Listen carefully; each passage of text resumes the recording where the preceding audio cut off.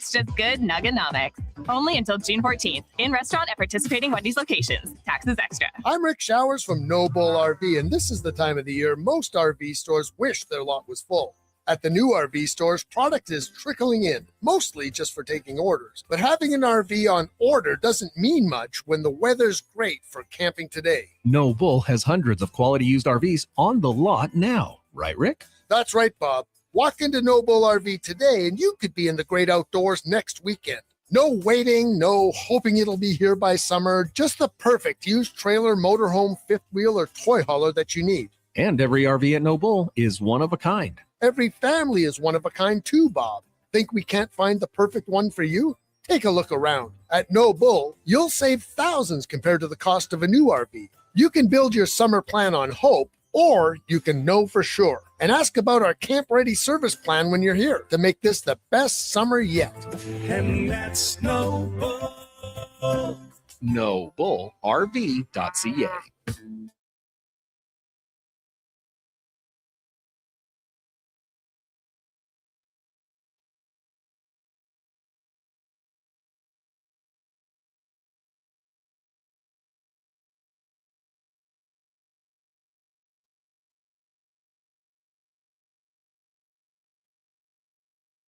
Haven't set your lineup yet, right? It's Fantasy Frenzy with Halley and Douglas on Sports 1440. Presented by Will Hawk Beef Jerky, home of Alberta's best beef jerky.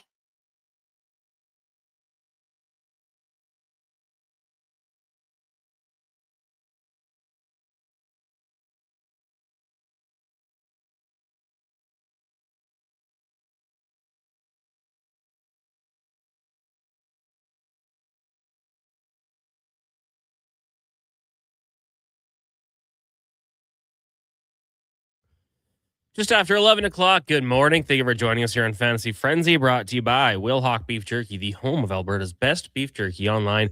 WillHawkBeefJerky.com. Connor Halley, Brandon Douglas, and Josh Fenwick with you here. Thank you for tuning in, whether you're watching on YouTube, Facebook, X, Instagram, Twitch. Maybe you're listening on the AM dial or streaming. Tune in, iHeartRadio, our website, Radio Player Canada. We appreciate it. If you're able to, give us a thumbs up, a subscription if you're you feeling really generous today, maybe on YouTube at Sports 1440 AM. Lots to look at on the show today, of course. World Cup. It's going later on in the week. Mexico and South Africa kicking things off on Thursday. That's what we'll be watching in here in the studio. 2 games. That's at 1 o'clock and at 8 o'clock in the evening. Czechia taking on South Korea to get things going. Of course, Canada will be starting their tournament on Friday against Bosnia. Out in Toronto, you have U.S. and Paraguay that night as well from Inglewood, a.k.a. SoFi Stadium, a.k.a. the home of the Chargers and the Rams. We also got some NHL to discuss. What a game on Saturday night as the series shifted to Las Vegas. I don't know if Duke mentioned his story, but we'll talk about that a little bit as well as we return from the Elks watch party, who were victorious in week 1. What a week for the CFL. You had on Thursday night, Montreal winning 30-27. You had Winnipeg on Friday victorious over Calgary, 30-28. And then the Elks winning by what was one possession and kind of came down right to the end, picking up their first season opening win since 2019. We talked about how good Justin Rankin was, the outrage we had for him being 15th in the CFL's top 50 players list. Just keep feeding him the football. 4 carries in the first half probably wasn't enough. Give him the ball more. Eventually, good things are going to happen. It did. He busted a 61-yard run. Also added 94 yards through the air. I also really like TJ Luther. His game, quite good at the wideout position. You've heard us talk about the number is a great start for him. And then on the football field, he also produces. Austin Mack at the touchdown in the end zone. Pretty, I would say, mostly efficient game for Cody Fajardo. For the Elks, things they need to clean up, though. Like they got the win against an Ottawa team I think a lot of us thought they would beat. Got to turn some of those field goals into touchdowns. But overall, pretty good game for the Elks. The thing is, too, they got some pressure, but only got 1 sack. So getting home a little bit quicker would probably benefit this team quite a bit, especially against some of the other quarterbacks in the CFL. But overall, quite a game. Shout out to all those who came out to the watch party down in Sherwood Park. Duke was there. Brandon, good time to bring you in. How you doing today? Good morning, Connor. Yes, it was. I'm doing well. It was a great time down at Sherlock's out in the park. Great turnout. Drumline was awesome. Got the people fired up. Some really new fun elements to your guys' watch parties this year with the kind of online interactive nature. So you don't got to really focus too much on being in the mix. Everyone can play the trivia instead of just picking out a couple lucky fans from random tables. So it was awesome. I enjoyed it. The result was certainly what the Elks were looking for. And kind of while that was all going on, well, at about the first quarter and change point of the game, get the hockey game going. And we were just watching it on my phone sitting at our table. I didn't want to be that guy to go be like, hey, can you turn one of these TVs over to the hockey game? No, everyone was there to watch the Elks. And that's perfectly fine. I was content to watch it on my phone. But the turnaround we saw in that game from the time we left Sherlock's to arriving back at your house in Northwest Edmonton was pretty stark. Pretty big turnaround. Yeah, I think on the drive back when it was 4-0, I said, oh, what's the plan, Duke? You can do anything after this? And I don't know the exact words, but to paraphrase, like, well, probably not going to watch the rest of the hockey game unless something changes. It did change pretty quickly. Yeah. Yes. The Carolina Hurricanes, they can score quick, apparently. Good to see them, Martinook, the local product, getting things going. They made it a game, and we got a call at the end of the game that was, to me, like, clearly a goal. If John Tortorella were to challenge that one, he would have been doing his team a huge disservice. And putting that power play back on the ice, it would have been impossible. After the game, I mean, I thought he said some really good quotes about it, like, well, they got it right tonight. It was wrong last game, but they got it right tonight. So his team wins. That probably makes it a little bit easier for him to have some fun with. And we'll look at game 2 on Tuesday night. You talked about the Elks watch party. For those of you that might be curious, it was like you scanned a QR code, and then they had a bunch of different things. Like all you had to do was check in for the first quarter. The second quarter, you took a picture with like a Coors Light frame, and you were qualified to win prizes. The trivia was really cool, but we were just kind of playing around, the Duke and I, because we probably couldn't win. Even though on spinning the wheel, which was a third quarter prize, I did win tickets. I had to give those away. It's a survivor challenge. So if you get the first question wrong, you're out. I didn't know that. I was just trying to see what would happen because we thought Dukes crashed after 3 questions. Wasn't the case. And I got through to question 4 by guessing on all of them because I didn't know the answers. And so that's why I was confused. I'm like just filling them out so semi-randomly with educated guesses. And all of a sudden, then after the 4th, it's like over. And it's like, you got 3 out of 10 right. I was like, well, I only answered 4 questions. Survivor. I had to hop back on the mic and like reiterate that to people. That was my mistake. Not that it would have made any difference, as I was trying to fill it out to the best accuracy I could before ultimately getting the question wrong, which was, what river separates Ottawa and Montreal? Which one was it? Do you know? Well, I thought it was the Rideau. The infamous Rideau Canal. He goes skating down it in our nation's capital, but no, it was the Ottawa River, apparently. So there's a big feather out of my cap for my geography knowledge, in which I take so much pride in. Can't win them all. Can't win them all. Absolutely. I didn't know that Montreal and Ottawa were so close, to be totally honest with you. They're very close. Eden, Father Various just texting in. No, not all watch parties are held at Sherlock's. We circulate all around the city. So last game was Sherlock's. We're actually in Sherwood Park again for the next one in a couple weeks here. Game on, and then we'll be doing first round and on the rocks, all the hot spots around the city of Edmonton. So if you want to check it out, you can go to the website, goelks.com. They'll have all the information for the watch parties. Major League Baseball, Duke, the Jays, I will say kind of reminiscent, and it might have been just one game, but they give up 4 runs, and then an inning later, they score 5. Reminded me of last year's Blue Jays, where you're never out of a game. Lots of rally potential with this group. Yeah. Even if it's coming from a little bit of unexpected spots. Dog? Brandon Valenzuela, another late game homer. Yeah. He's red hot. Penongo, another homer in the game. You talk about the controversial call at second base with Ernie Clement avoiding the tag out. If anything, I would think just trying to avoid the double play, trying to get him to get the, I think it was Cowser, to chase him a little bit. They don't bite. But it proved pivotal in the game because right after that, the Jays kind of rallied a little bit to get themselves back in the game. So an interesting rubber match for sure between them and the division rival Orioles, who, by the way, with the win, the Jays leapfrogged in the standings and they now sit 3rd behind the Yankees and the first place Rays. Those Rays, man. Yeah, 7 games back of those two teams right now.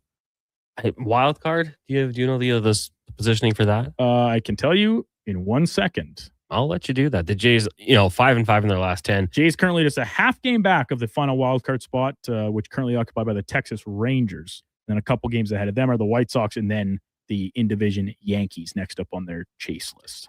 So you got the Phillies for the next 3, I believe. Mm-hmm. Phillies right now second in the NL East behind the Braves, who we think are a wagon.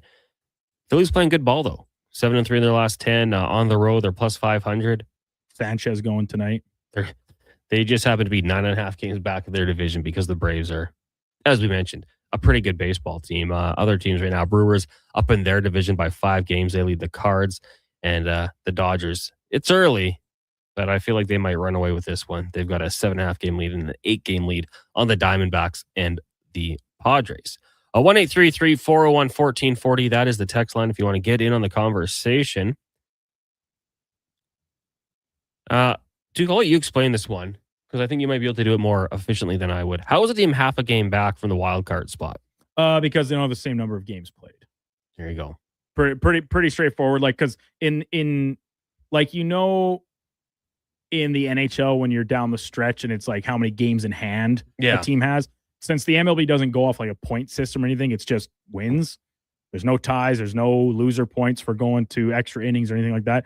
It's just because right now the Blue Jays and the Rangers have the same amount of wins, but the Rangers have played one less game. So their record 32-33 is the half game better than the Blue Jays 32-34. We know by the end of the year, every team will play the same number of games.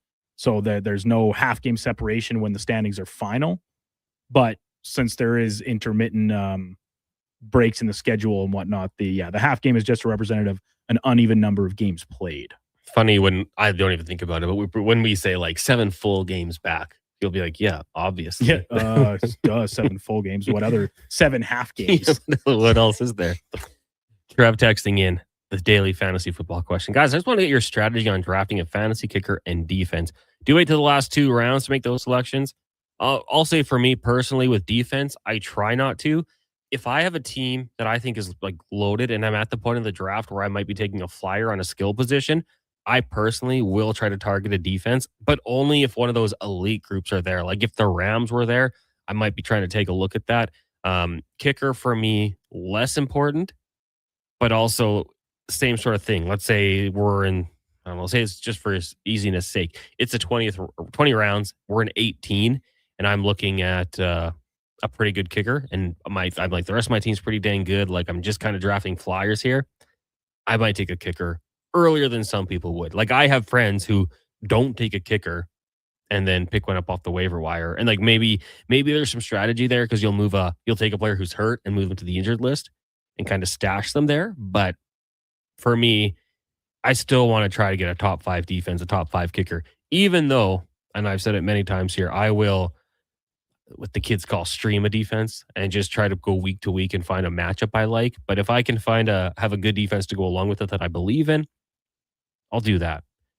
Duke, what's your strategy with kickers and defense? Yeah, defense, I think I'm probably pretty similar to you, where you look at maybe one of those Ds that you could say you're pretty confident playing every single week for the season. And that does kind of come down to, say, one of these top 5 groups. And the Rams, I think the Texans would certainly fall into that category after a top group in last year. The Seahawks, you want to believe that they do have a couple pieces depart this offseason. But if you remain confident in them, like one of these type teams. Now, it's always a little bit of a gamble because we've seen groups have unreal seasons and then completely melt down the following year. And whether that be with the coordinator departed to take a head coaching job, some injuries, maybe some of those key personnel left via free agency or trade, right? These are all factors that weigh in, but it's about your own personal confidence level in them. And so if you're saying, yeah, this is a group that I'm going to hold all year or plan to hold all year, I don't mind, jumping up and like say 20 round draft in round 15, 16 or something there. Now that might be a little bit early, but certainly not waiting until the slim pickings, or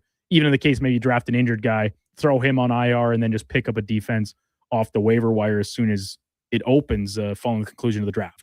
So I'm much more open to the notion of going defense before the last round or two.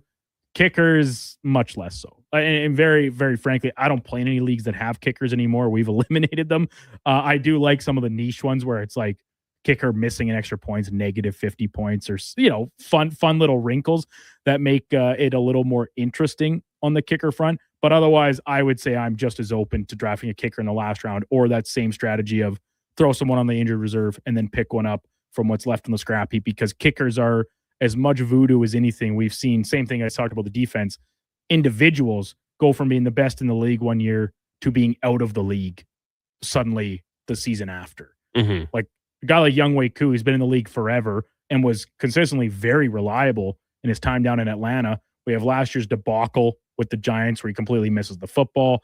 He was in for some teams' OTAs or mini camps, whatever we just wrapped up here this spring, and now he's out of a job again. I'm sure he'll land somewhere when a team needs a change at the position, but I think kickers are enough voodoo that I'm pretty comfortable streaming, picking up, dropping, no matter what, kind of as the year rolls along. Yeah, and like for me personally, I'll say this: like Brandon Aubrey, if my team's good, I'm probably content taking him. Week to week, he was very good. The drop off, if you have like Jason Myers or Fairburn out of Houston, Dicker was a pretty good option for a long stretch. Cam Little had a couple of weeks where he was, you're desiring a little bit more. I think you always want a good kicker, but I don't think it's necessary all the time. Never mind the World Cup or Stanley Cup. How'd you guys finish in the Fantasy Frenzy pool this weekend, Big John?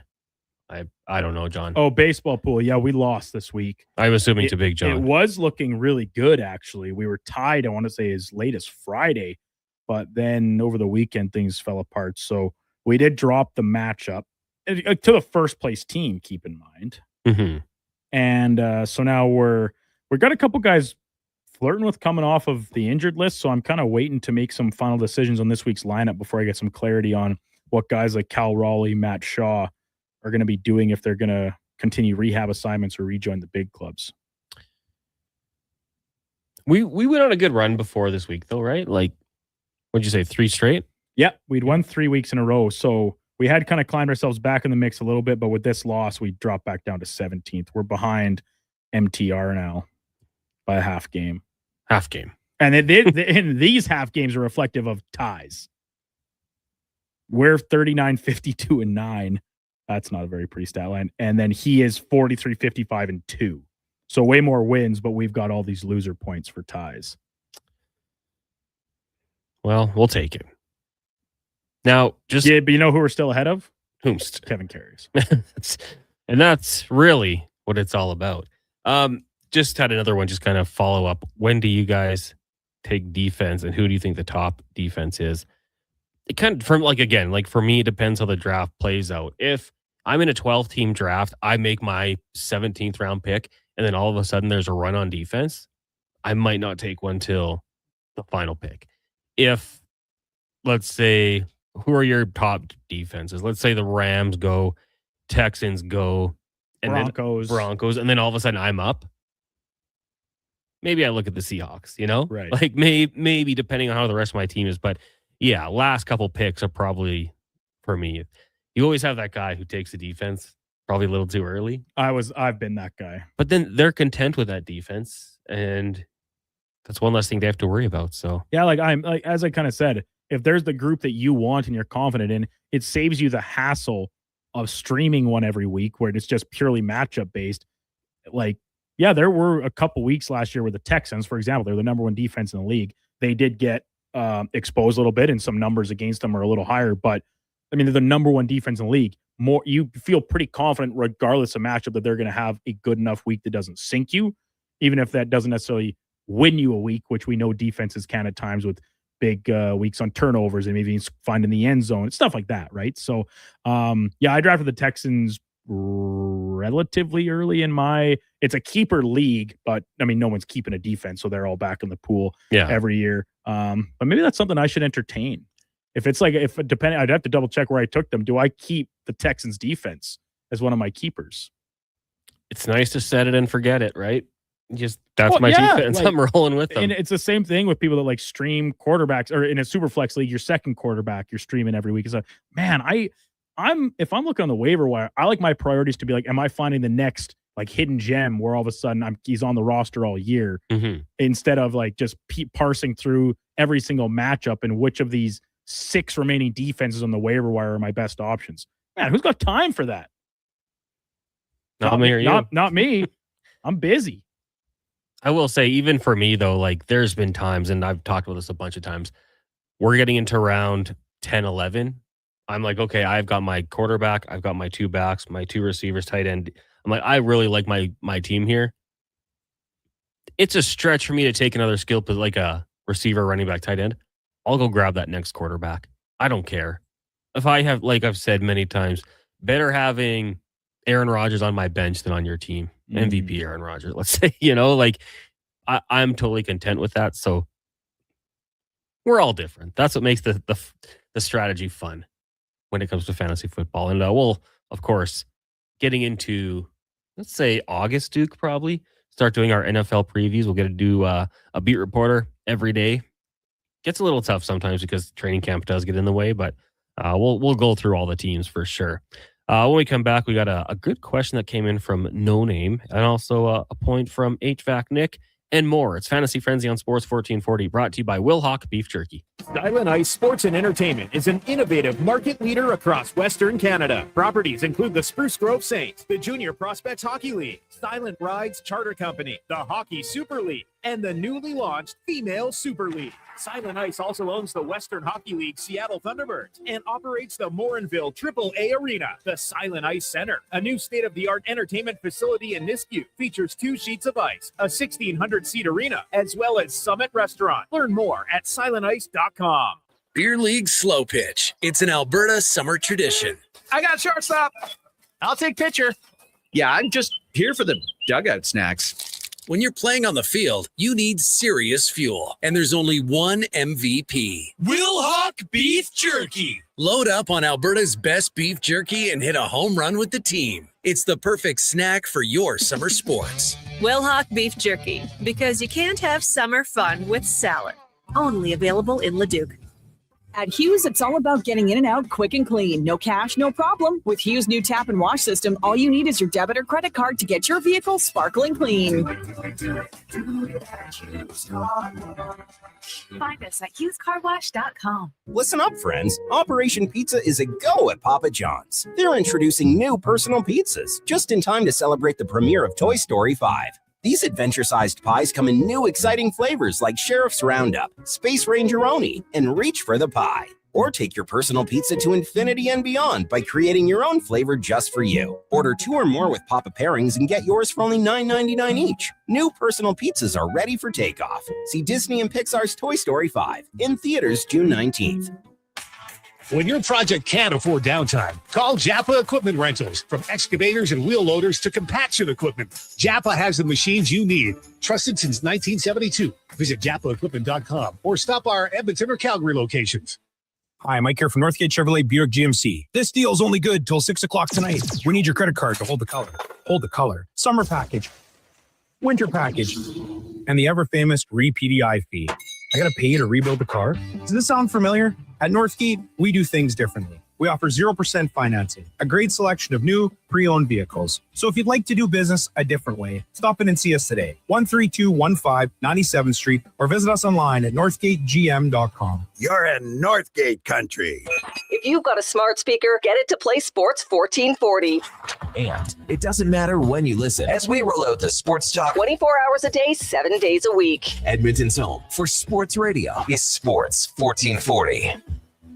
Tired of the rough ride? Alberta used to be a leader in highway planning and construction, but years of neglect and cuts to maintenance are showing. You can see it, and your vehicle is feeling it. Infrastructure can last for years with a little TLC, but when repairs are deferred, minor issues become major reconstruction. We need action and a reliable capital plan. Contact your MLA and demand stable infrastructure funding. Find out how at fixourroads.com. A message from the Alberta Road Builders and Heavy Construction Association.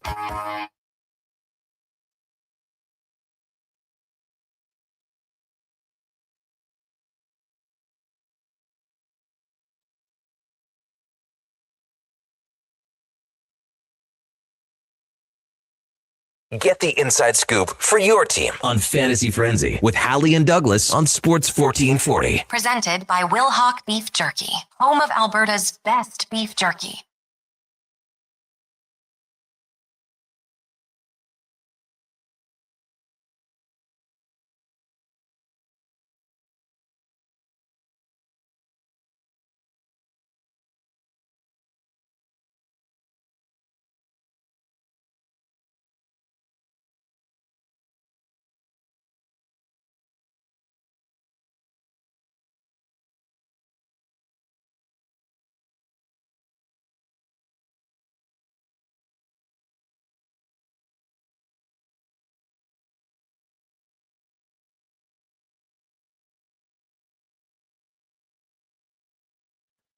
$11:24. Welcome back. It's Fantasy Frenzy here on Sports 1440, brought to you by Will Hawk Beef Jerky, the home of Alberta's best beef jerky. Online at willhawkbeefjerky.com. Go pay him a visit. Only available in Leduc. Tell him we sent you. Get Trent's thoughts on, well, the Dallas Cowboys. How high should you be taking Dak in your drafts? CD Lamb, as long as he stays healthy. Pretty good pick right there. They got some options. Pickens as well. Maybe Ferguson. They got some picks there. You might want to go with their kicker, of course, as we mentioned. Top notch. Hey, Duke, I'm just noticing you're wearing a Critters hoodie. Critters finna crit. I just opened up the YouTube. Hello, Frank. Getting critterly. It's a nice color scheme you got there. Thank you. Black and yellow. This segment is for elksnation.ca. 2 weekly podcasts with Eddie Steele and Declan Kruger, breaking down the green and gold. Most in-depth W football coverage you're going to find. Check it out. YouTube, Facebook. I don't know where else they have it. YouTube, for sure. They're popping off everywhere. Elks Nation was actually down at the watch party as well. So another reason to join us. But check it out. elksnation.ca. Articles and more. And even Zach Lang's hopping on the bandwagon. Hey, he had an article out about the green and gold. So yeah. All hands on deck. Let's go into the inbox here. We'll start with the Elks text. HVAC Nick says, I got to censor this.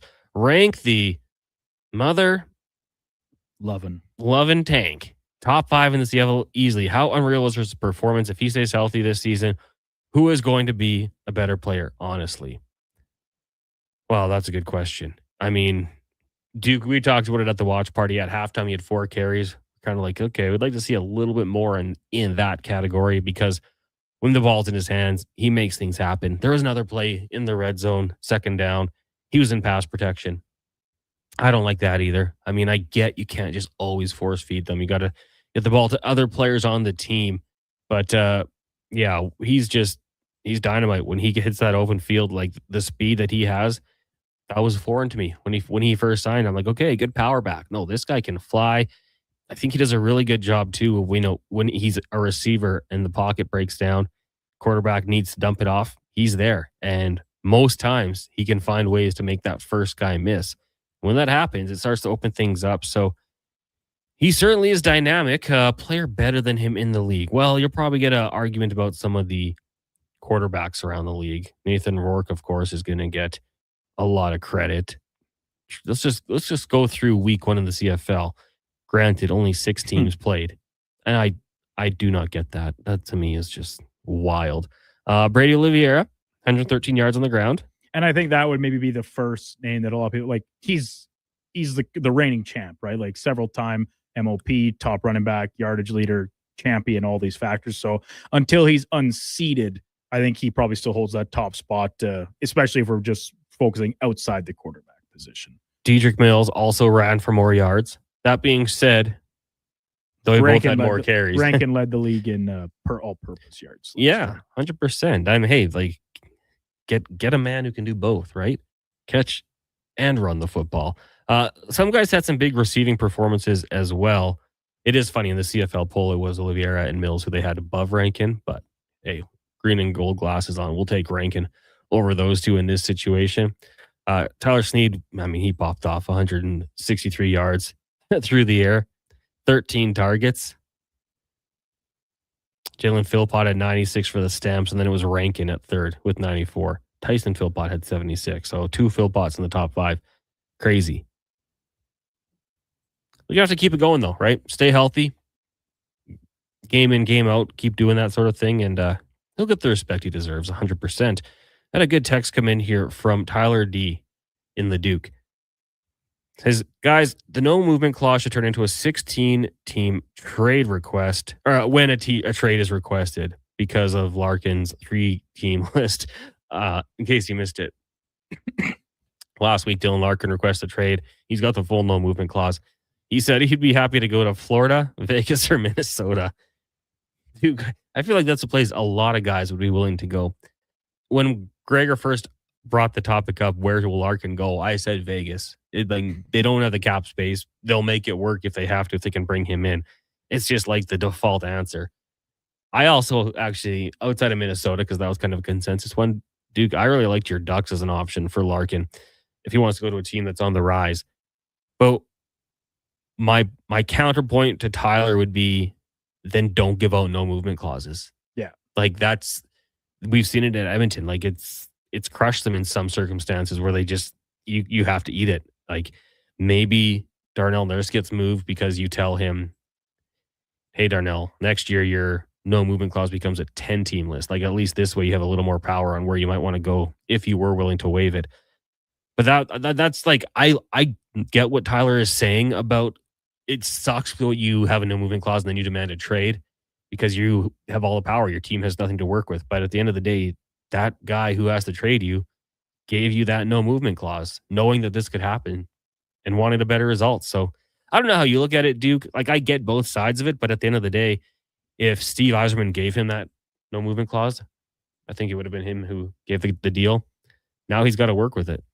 Yeah, no, I can understand the frustration from a fan's perspective a lot of the time, especially when it involves your own team or maybe even a player you're interested in acquiring, and all of a sudden they kibosh that because your club is not on their list of preferred destinations. But you bring up the only real point that matters here, which is the team gave it to them. It's in the contract. They have every right to turn anything down. And the catch side of that and the flip is, okay, well, if Steve Yzerman doesn't find a deal to his liking with the proposed partners of Minnesota, Florida, and what was it, Vegas?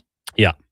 Then reportedly, guess what? He doesn't have to trade you, and you're only then alternative there is to like sit out, but contractually you're obligated to show up and play. The holdouts don't work when you're under contract.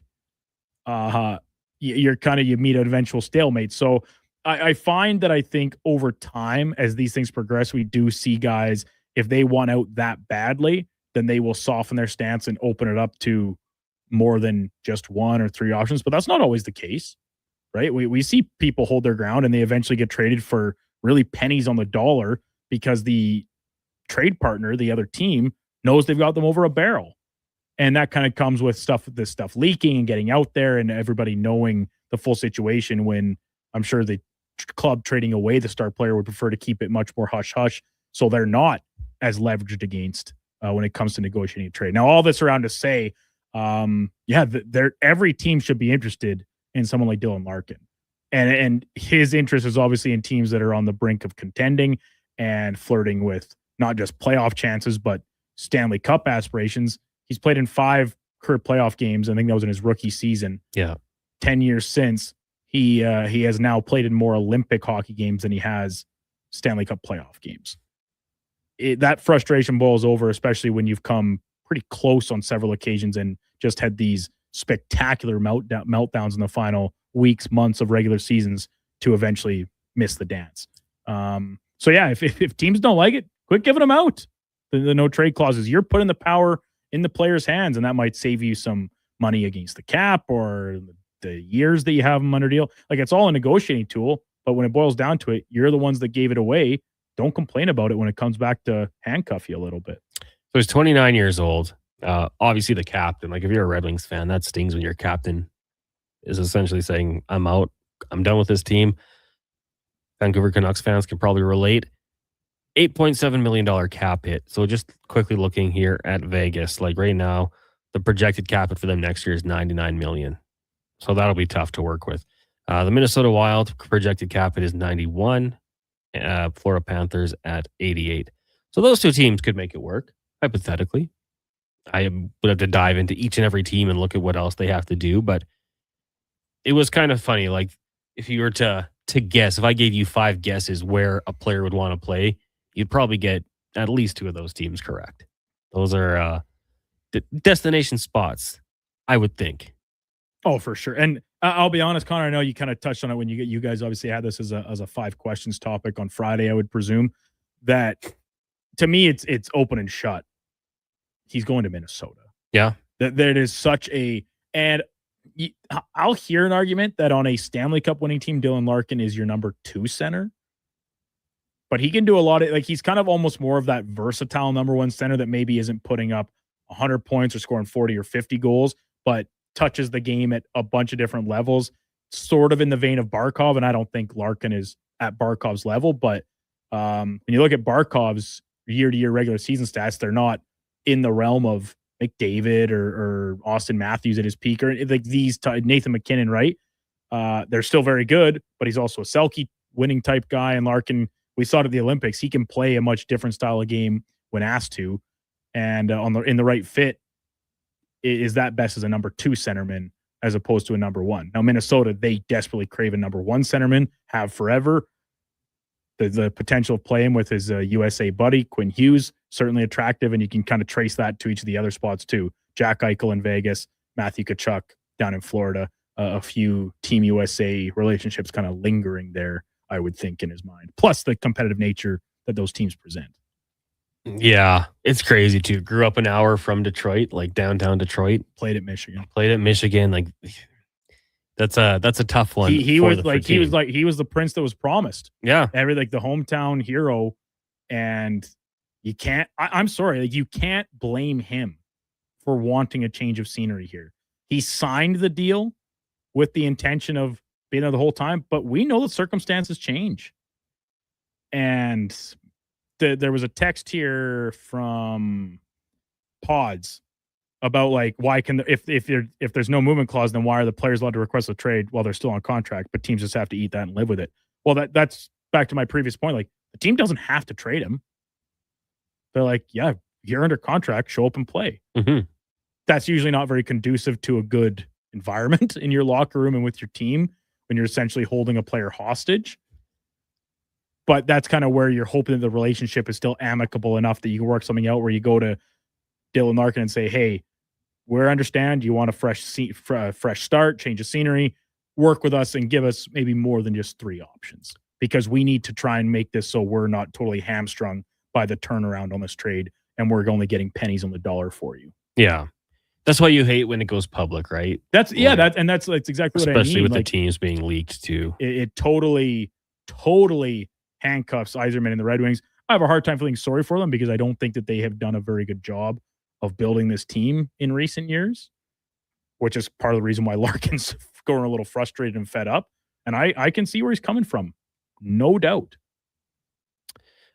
We just had a text about the Panthers cap situation, if that was including Barkov. Just doing some little math here. So the Panthers next year forwards, they have 1, 2, 3, 4, 5, 6, 7 under contract. 8, sorry, with a bunch of UFAs. That's $54 million. Their blue line is pretty much all locked up for a while. 26. Mm-hmm. So that's $80 million right there. Plus they have no goalies. They have no goalies in their contract. So you got to sign a goalie. Bobrovsky, if he comes back, I'm sure it takes a bit of a pay cut. But yeah, so that's $80 million with no goalies, and they have to sign a few forwards. They need to get a few forwards short up for sure. So yeah, they'll be tied up against it. I mean, they gave out a lot of extensions. 1-833-401-1440. I highly doubt the Oilers land Larkin, but what would a realistic package look like to you guys from Stulo? Iceman and a first plus a B-level prospect? We had Answer Khan from M Live on the Carey show this morning kind of talking about this a little bit, and he seems pretty intent that they would want a centerman back and like a legitimate, like whether right now or in very short order, number 1 centerman potential, because they're very thin up the middle. They are. Most of their bet, like Lucas Raymond, winger, the other young guy, forgive me for it's escaping me, but they're much better on the wings right now than they are down the middle of the ice. So for the Oilers, what does that look like? Is it, well, obviously not Connor McDavid or Leon Draisaitl. What's your next options? You're talking Ryan Nugent-Hopkins. He's not a number one center, but would the Red Wings be interested? Maybe. I think the Oilers have some pieces that could try and make this happen, but it would be very tough financially to make it happen. Yeah, I'm going to put it at a low amount. HVAC Nick says Nurse with 25% retained, straight up for Larkin. It does kind of seem like any deal would need to include Darnell Nurse going the other way. Yeah, and I don't think Detroit wants him.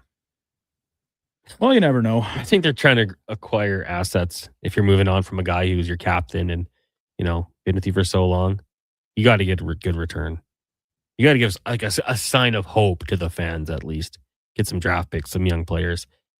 Byrne says, do you think Nurse for McTavish trade could work if Gudas and Carlson don't resign there? Duke, you can handle that one. I would love that trade. Nurse for McTavish trade. I am a huge fan of Mason McTavish. Yes and no. They don't need help on the left side. And we have seen Darnell Nurse play as offside at times, but I think the Ducks would be much more interested in another right-handed shot. Like Gudas he's out. They value his leadership and the physical nature and stuff, but keep in mind he wasn't playing in the playoffs where they won 2 games in the second round, didn't play much down the stretch of the season. They got into the postseason. So Gudas is really a non-factor, and Carlson was a deadline acquisition of a good one and a one they took a big swing on, ultimately come up short, obviously. But they're much more focused on bringing back a guy like Trouba and then maybe filling in that other spot with someone else. Could it be someone like Connor Murphy? Like that type of mold, like a true defensive guy to help balance out their pairings? That's what I see more likely than a trade for Nurse. Like you talk about the Ducks as a potential landing spot for Larkin Connor. That's where I see them using a trade chit like Mason McTavish is in a trade for Dylan Larkin. Yeah. To give them a bona fide number 2 centerman. That was my proposal when we were talking. I was like, Mason McTavish was a scratch. Like, move on, bring in Larkin. That's why I like the Ducks for him. And Pat Verbeek, a disciple of Yzerman, spent time in Detroit, obviously. So Larkin, a player you think he'd obviously be quite familiar with. And as I said, probably the same as 31 other general managers would love to have on the team. Tyler D says, Nurse, Howard, and a first for Larkin and Kosa. I don't think that's... like the Kosa thing's interesting because his future in Detroit is pretty much over. And that's been all but confirmed, really. So what kind of trade value does he possess have all of a sudden? Doesn't seem like very much, but is Nurse, Howard, and a first enough for even just Larkin? Yeah, it would be your 2028 first, right? Yeah. Yeah, I don't know. I'm not seeing this happening, Duke. I'm with you, Connor. And I hate to try and snuff this out because this is a player that is legitimately available as opposed to some of these other, off-season silly scenarios that we get sent in. This is a guy that's available and wants to play somewhere else. But the fact the Oilers were not on his, call it, initial 3 list should be telling to an extent that I'm not sure Edmonton is a place he would waive to come. It's hard to say he wouldn't, right? Like this, playing with Connor and Leon or one or the other, or having them up top and you're all of a sudden freed up on a second line. There's a lot of enticing parts about it. What does the team look like after they make the trades to acquire you? Is it that much worse? I think these are all factors to consider, but I don't see Larkin coming to Edmonton. I don't. Quickly, Old Sony Eagle says, hey guys, I think the Oilers should be giving Detroit a call about DeBrincat. He's a UFA after the year, and he may have already told Larkin he's not going to resign. Could have influenced Larkin as well. He had DeBrincat just over $7 million this year. Maybe. It's another financial one that would be a little bit of gymnastics required. Yeah, absolutely. That's an expensive winger. A good one, and one that can really finish.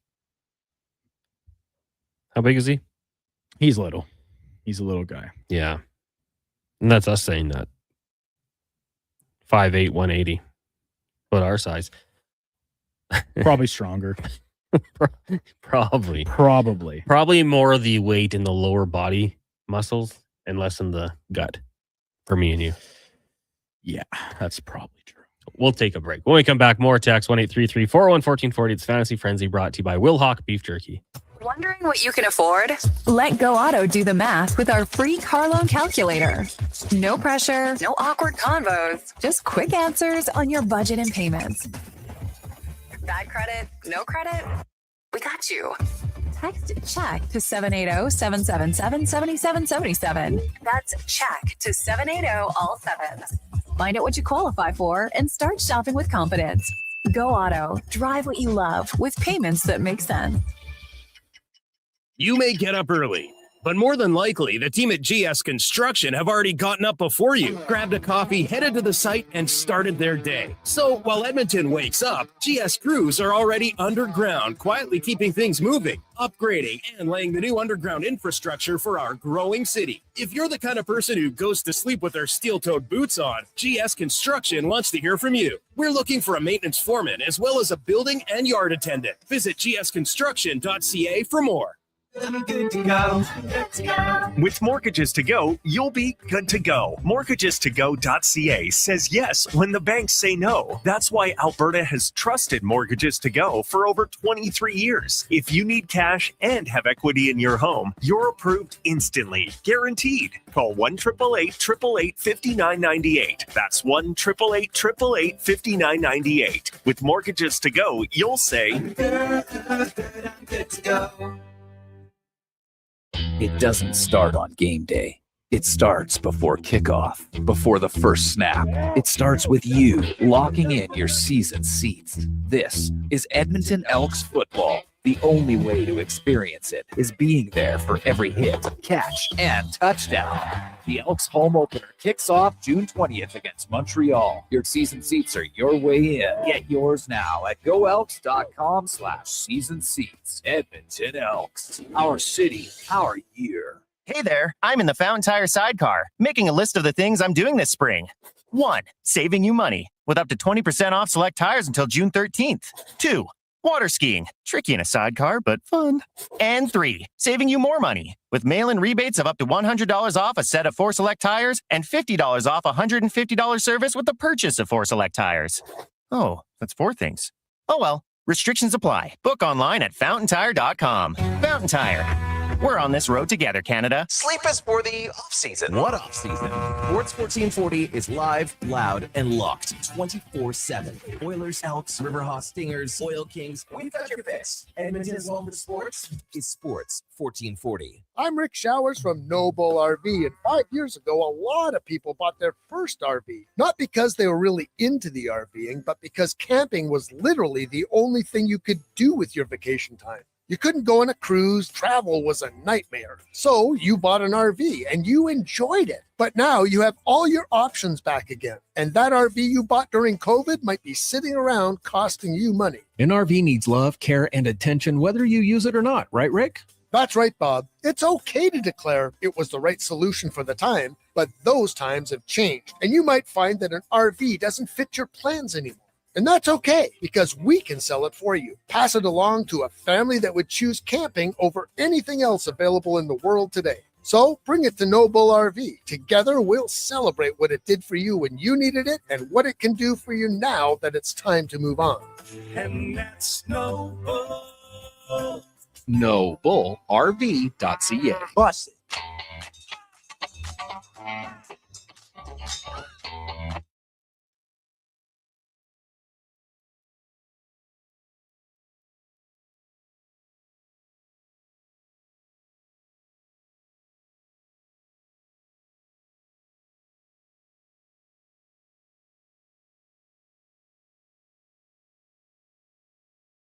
Who should start? Who needs to hit the bench? Find out with Fantasy Frenzy with Halley and Douglas. This is Sports 1440. Presented by Will Hawk Beef Jerky, home of Alberta's best beef jerky.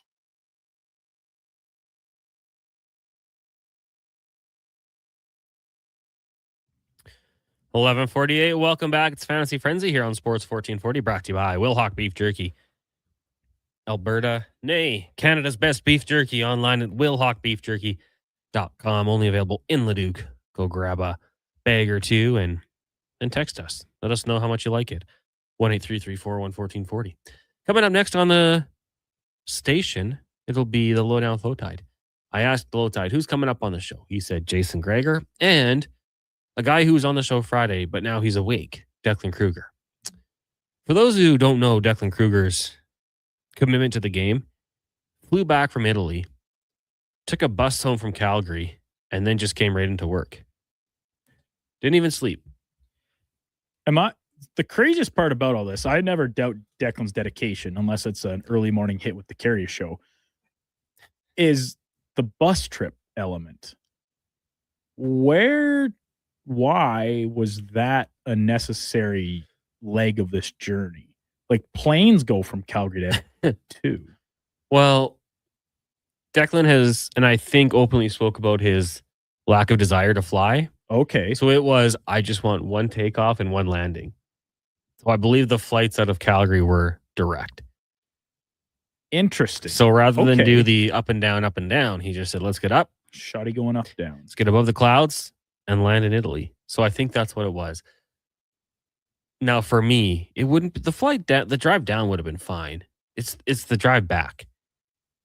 End of vacation is the worst. But you're on the bus, so you can snooze a little bit. But I'm led to believe Declan didn't sleep for like 27 hours and then just came into work. What a boss. Yeah.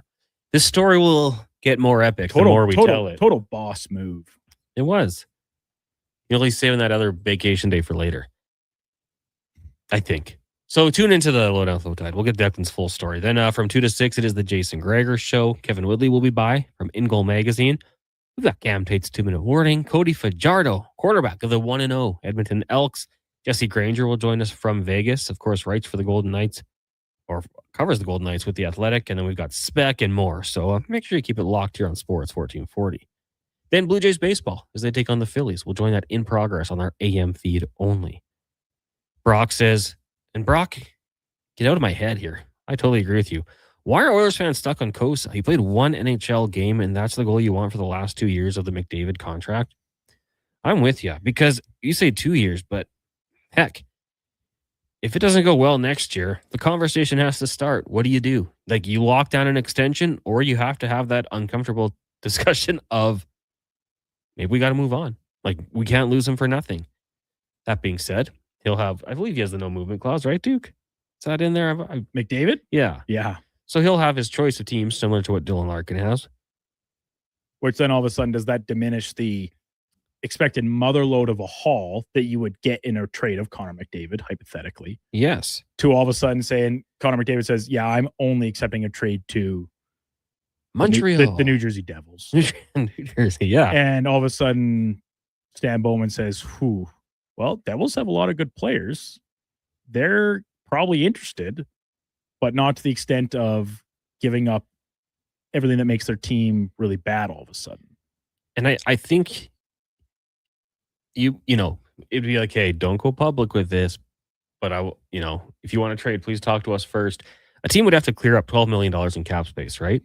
That's right. So you could get $12 million worth of players back, depending on which team it is and what their situation is. But I think there might be some teams, if it goes poorly, that might like hang on to $10 million in cap space just leave it lingering there, in case, to possibly cash in for a Connor McDavid. And if that doesn't come through, you say, well, we've got flexibility to make some other moves now all of a sudden. 100%. I think a lot of teams will be like working the cap just a little bit differently.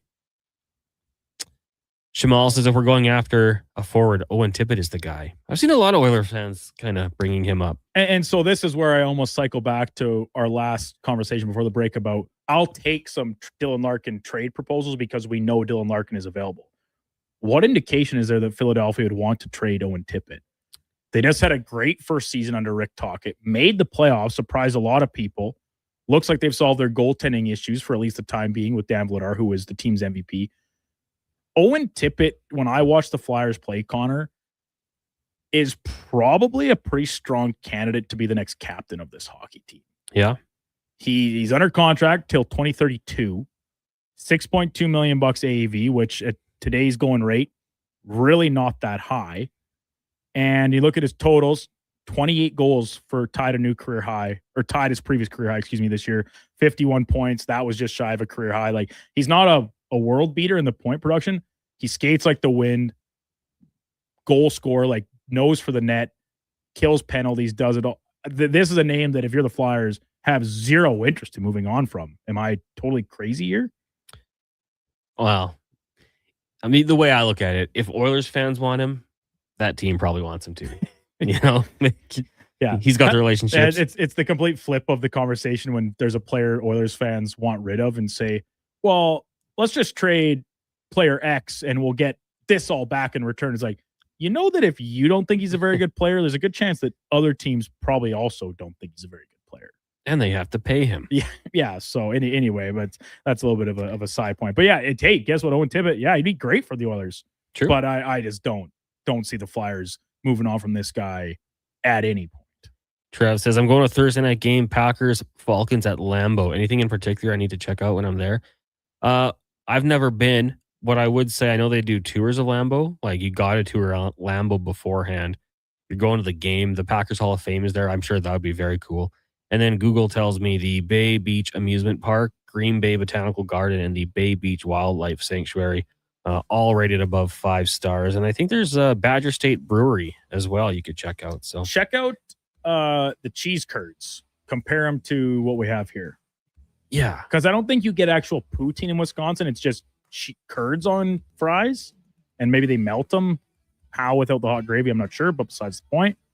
Check that out and then report back how it compares to Canadian poutine. And then even just cheese in general. Well, yes. It's Wisco, baby. See how it is. Maybe go to a Badgers game and jump around too if you can make the trek out there.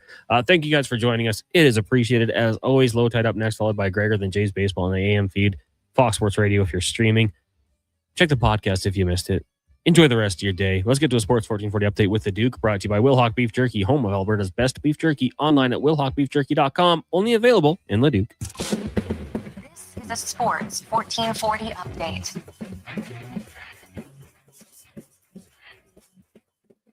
Game 3 of the NBA Finals tipping off tonight from the Mecca at Madison Square Garden. The New York Knicks currently touting a 2-0 series lead over the San Antonio Spurs. Game gets underway at 6:30 in New York. Toronto Raptors offseason move announced a multi-year extension with general manager Bobby Webster earlier this morning. Also with the extension comes a promotion to his title of executive vice president. Webster been GM of the team for 9 seasons and full control of basketball operations after last summer's departure of Masai Ujiri. The Atlanta Hawks head coach Quinn Snyder also in agreement on a multi-year contract extension. Snyder been with the Hawks since the 22-23 season, and this past year a 46-win campaign before losing in the first round to the New York Knicks. And in the majors today, lighter schedule with several teams in at transit. The Blue Jays at home opening a set against the Phillies. It'll be Patrick Corbin on the hill for Toronto, and Phillies ace Christopher Sanchez will counter. First pitch just after 5 o'clock. Catch that game right here on Sports 1440, joined in progress at the conclusion of the Jason Gregor Show. Elsewhere, Seattle's in Baltimore, Tampa hosting Boston, Yankees visit the Guardians, and the Athletics take on the Brewers in the nightcap. Coming up on Sports 1440, it is the Lowdown with Low Tide. I'm Brandon Douglas at your Sports 1440 update. This is Sports 1440.